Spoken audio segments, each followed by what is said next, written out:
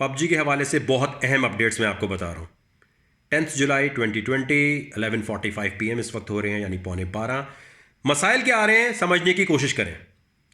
PTA में जब hearing हुई तो मैं किस कैपेसिटी में वहाँ मौजूद था? मैं मौजूद था वहाँ पर कि वकार ज़का जो है तहरीक टेक्नोलॉजी पाकिस्तान के हवाले से एक कैंपेन चला रहा है, जहाँ कहता है वो कि भाई पेपैल, अमेज़ॉन और यहाँ नेटफ्लिक्स, इसी तरह क्रिप्टो करेंसी होनी चाहिए ताकि घर बैठ के पैसे कमा सके। ये हमारा नारा है कि जी इंटरनेट के थ्रू पाकिस्तान में लोगों को पैसे कमाने की अपॉर्चुनिटी पे मेहनत होनी चाहिए, क्योंकि पाकिस्तान में करप्शन इतनी है, ऑन ग्राउंड बिजनेस शुरू करना बड़ा मसला है। इसलिए आप काइंडली इंटरनेट के थ्रू जो बिजनेस है उनको सपोर्ट किया जाए ताकि हक हलाल तरीके से लोग घर बैठे पैसे कमा सकें।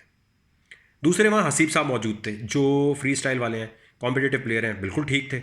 उनका और मेरा रोना देखकर या मेरी लॉजिकल या उनकी भी लॉजिकल बातें सुनने के बाद पीटीए थोड़ा तरस खाता। लेकिन मसला ये आया जो मुझे अभी अपडेट्स मिली हैं, पबजी कॉरपोरेशन वाले खुद कूद गए मैदान में अपना वकील लेकर। उन्होंने कहा जी हमारे फंडामेंटल राइट्स ख़राब हो रहे हैं, यहाँ पर पबजी को अगर बैन किया जाएगा। तो पीटीए ने सबसे पहली बात पता क्या बोली कि आपने अपने आप को इनकम टैक्स में यहाँ दर्ज कराया हुआ है, रजिस्ट्रेशन कराई हुई है सिक्योरिटी एक्सचेंज कमीशन में। अब देखें टेक्निकली हम नॉकडाउन हो गए यहाँ। वजह यह है कि यूट्यूब पे जब बैन लगा था, क्या यूट्यूब ने पाकिस्तान आके अपना केस लड़ा था? फेसबुक पे बैन लगा था, क्या उन्होंने केस लड़ा था कि हमारा बिजनेस खराब हो रहा है? पबजी कॉरपोरेशन में इतनी अकल नहीं थी कि अगर आप लोग अपना केस लड़ने आ रहे हैं तो आप ये कहें ना कि भाई सिक्योरिटी एक्सचेंज एक मुल्क में आप बिजनेस कर रहे हैं, रॉयल पास बिक रहे हैं और चीज़ें बिक रही हैं, तो अपने आप को रजिस्टर पहले करवाना चाहिए था आपको। आप वहाँ पर आए तो उन्होंने कहा जाएं जी पहले अपने रजिस्ट्रेशन कराएं। उनके वकील ने बोला जी हम सब कुछ कर रहे हैं। भाई पहले करो ना, जिस मुल्क जिस जगह से आप बिजनेस, दुनिया भर में रजिस्ट्रेशन हुई भी आपकी, पाकिस्तान में आप मुफ्त में चल रहे थे, यहाँ इनकम टैक्स नहीं पे कर रहे थे, तो ये टेक्निकली अगर आप नहीं आते तो शायद हसीब के बोलने से, मेरे बोलने से वैसे ही वो लोग सुन लेते चलो यार टेम्प्रेरी तौर पे हम अनबैन करते हैं। अब कानूनी तौर पर पबजी का अनबैन होना उस वक्त तक नहीं होगा जब तक ये रजिस्ट्रेशन नहीं कराते। तो अब पबजी कॉरपोरेशन वालों आप कूद गए हो ना बीच में, और आपको ये नहीं पता था कि पहले आपको रजिस्ट्रेशन करानी है। फौरन से पहले मंडे को रजिस्ट्रेशन कराएं, क्योंकि कानूनी तौर पर पीटीए का, सिक्योरिटी एक्सचेंज कमीशन, क्या आपको बाकी लोग भी आपके पीछे आ जाएंगे। अरे भाई इतनी बड़ी कंपनी बिलियंस ऑफ डॉलर कमा रही है, पाकिस्तान से भी बिजनेस ले रही है, पाकिस्तान से भी लोग इसकी चीज़ें खरीदते हैं, लेकिन ये लड़ने तो जा सकती है कोर्ट में लेकिन रजिस्ट्रेशन नहीं करा रही। तो अब इन्होंने रजिस्ट्रेशन पहले करानी है।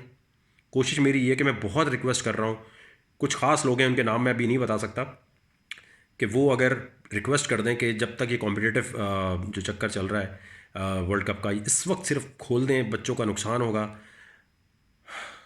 बाकी मैं आपसे रिक्वेस्ट कर रहा हूँ जितने लोग देख रहे हैं, @इमरान खान PTI पे जाके सिर्फ उनसे पूछना शुरू करें, क्या आप चाहते हैं पबजी बैन हो या अनबैन हो? सिर्फ ये जवाब देते हैं, सिर्फ उनसे जवाब ले लें।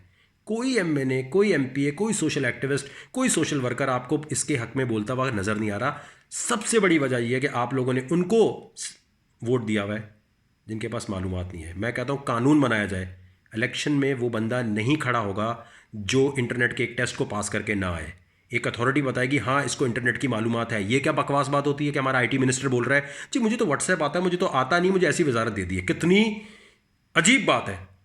तो खैर अपडेट्स ये हैं मेरे दोस्तों, मैं लगा हुआ हूँ, कोशिश कर रहा हूँ सिर्फ रिक्वेस्ट पे, लेकिन कानून के मुताबिक अभी पबजी फंसा हुआ है। मंडे को हो सकता है कि PTA वाले रहम खा के अनबैन कर दें इसको टेम्प्रेरी तौर पे, लेकिन कानून के मुताबिक पबजी वालों ये क्या गलती की आपने।